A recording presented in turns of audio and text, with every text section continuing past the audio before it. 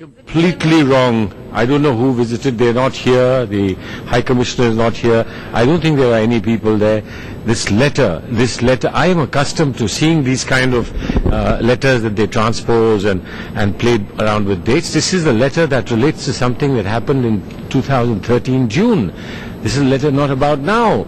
It's happened in June 2013. It is something to do with an internal issue that they had. This is nothing to do with what they are saying. I think it is sad that you are playing with a country's reputation. You are playing with a country's relationship with friendly countries.